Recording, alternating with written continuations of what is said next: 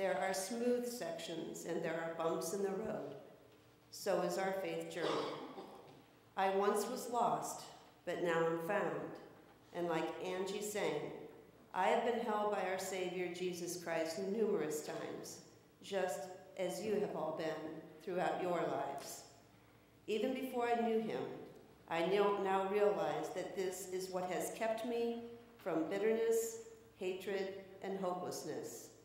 John 16:33 tells us, I have told you all this so that you have peace of heart and mind. Here on earth you will have many trials, but cheer up, for I have overcome the world.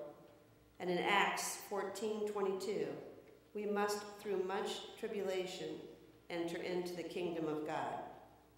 My departure was November 5th, 1950, when I was born to William Rogers, a proud Catholic, and Jean Rogers, a self-described Protestant. From the time I was old enough to understand, I knew I wanted my destination to be heaven. It was my travel route that I have struggled with. My parents had a plan that neither of them would influence my sister and me with a particular Christian faith, but let us make our own decision as to what we might believe.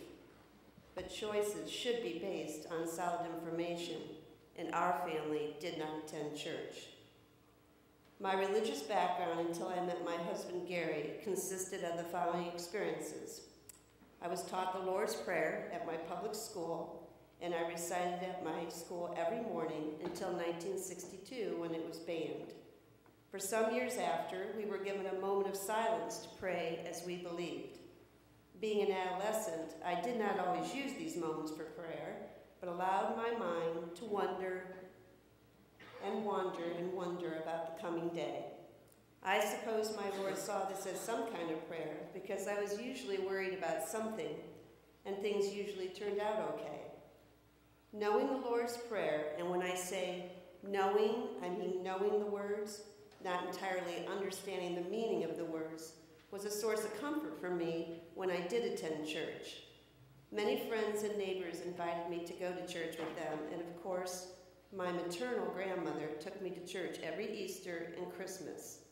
I was being held. I felt so good when I could recite this prayer because the rest of the church service was unfamiliar and unnerving for me. By the way, did you ever think about what the expression knowing by heart really means? I think it means feeling it with your spirit and emotion, not just memorizing it with your mind. It would be some years before I could say that I knew this prayer by heart as opposed to just memorizing some words. But I would live in fear when these same friends would invite me to Sunday school or a youth group meeting that they might discover that I did not truly understand faith or know anything about the Bible. I cannot stress enough the importance of inviting people to church. I have been forever influenced by these people who introduced me to many different Christian perspectives. This has given me a tolerance of different religious points of view and an appreciation for what connects us all. John 3:16. I was being held. Another Christian influence I had were my father's twin sisters who were nuns. One Sunday a month, we would drive to Cleveland, I grew up in Akron, Ohio, to visit my paternal grandmother and my aunt's sister Mary Cecilia, Aunt Kathleen, and Sister Rose of the Cross, Aunt Marjorie, who all lived in a convent. The warm, loving atmosphere of this retreat was a very positive influence on me. They never questioned my religious upbringing, but treated me in such a way that I now realize they knew there was a faith at my core waiting to be stirred up. I was being held.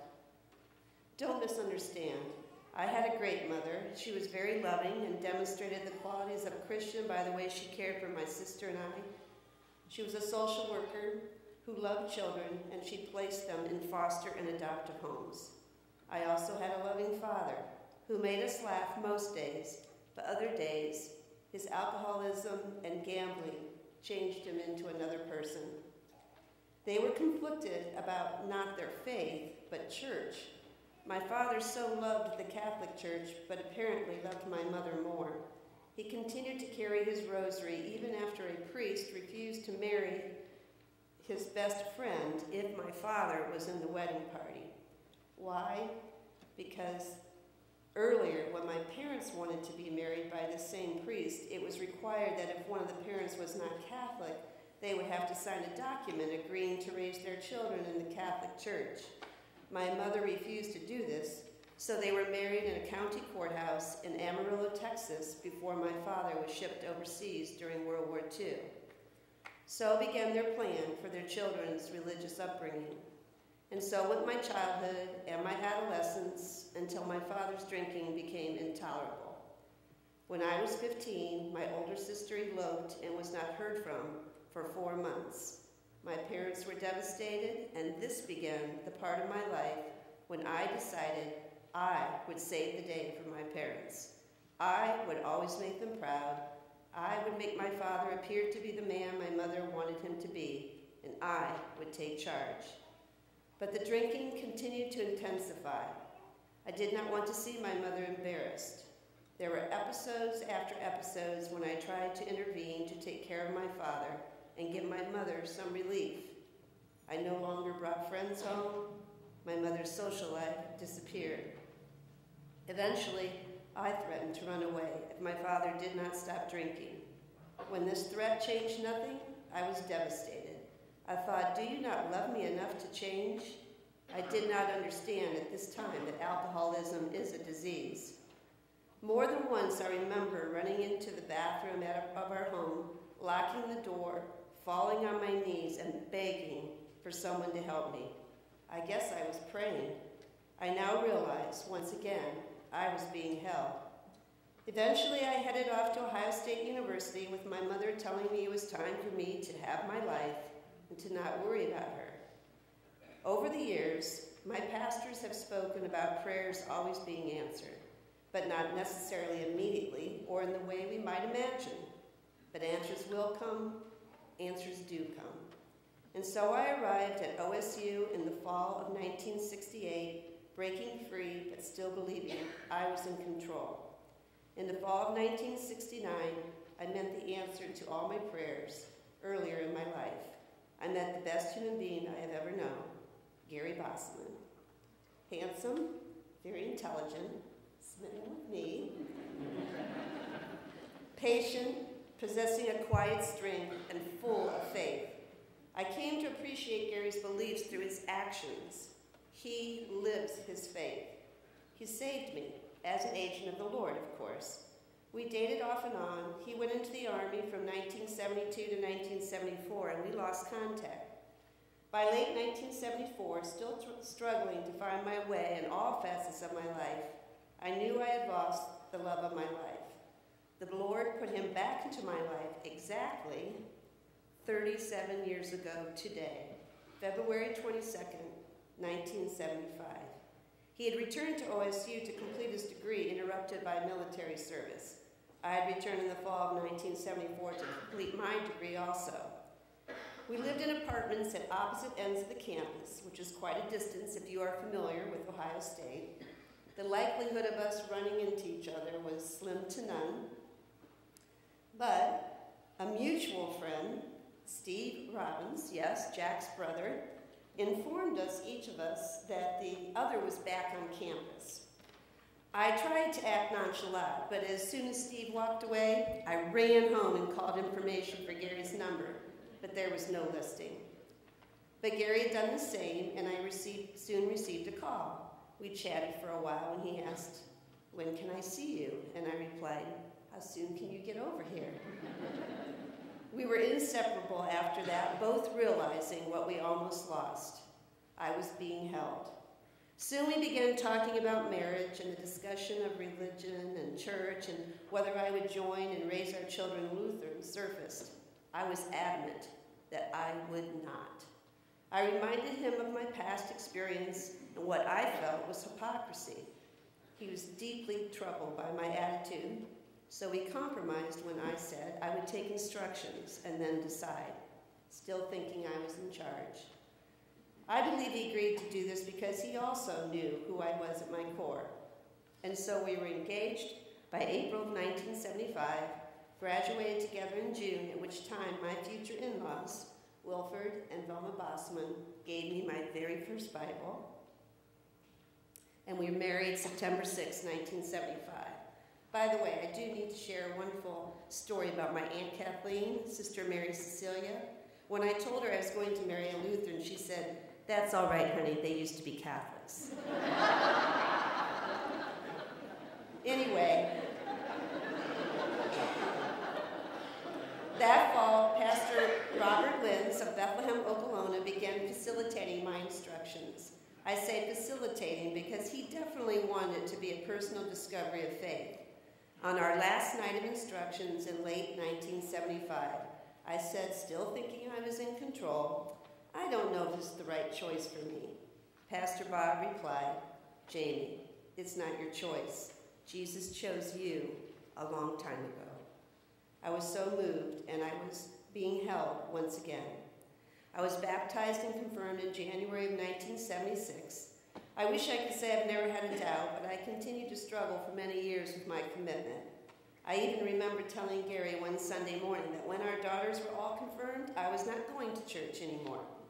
As usual, he did not argue, but simply said, "If that's how you feel."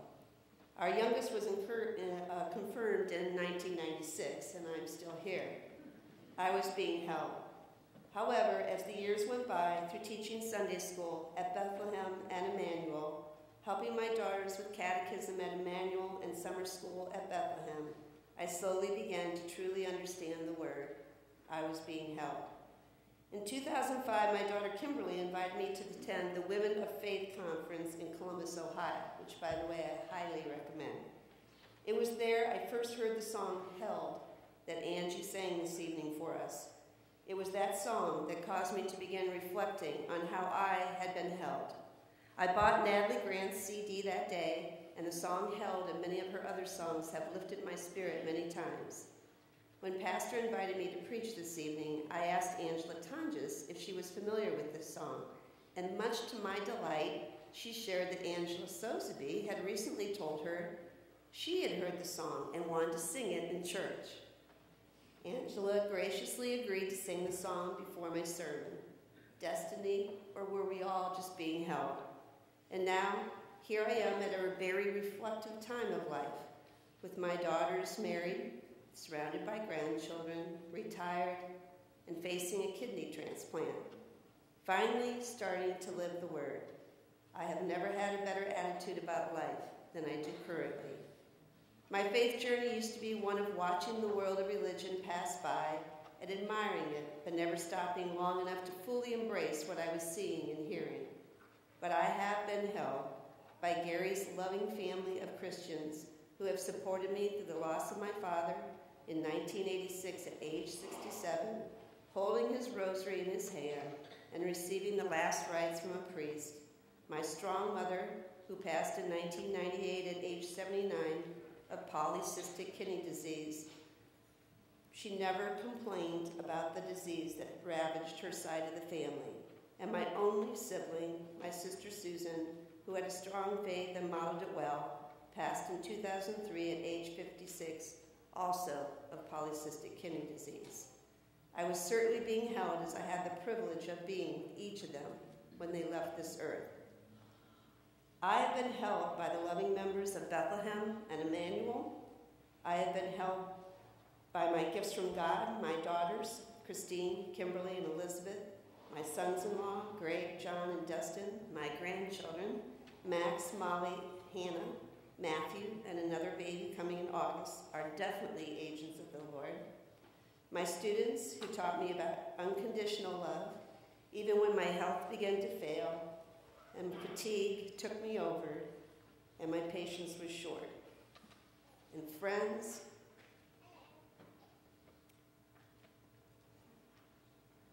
who are willing to donate life to me.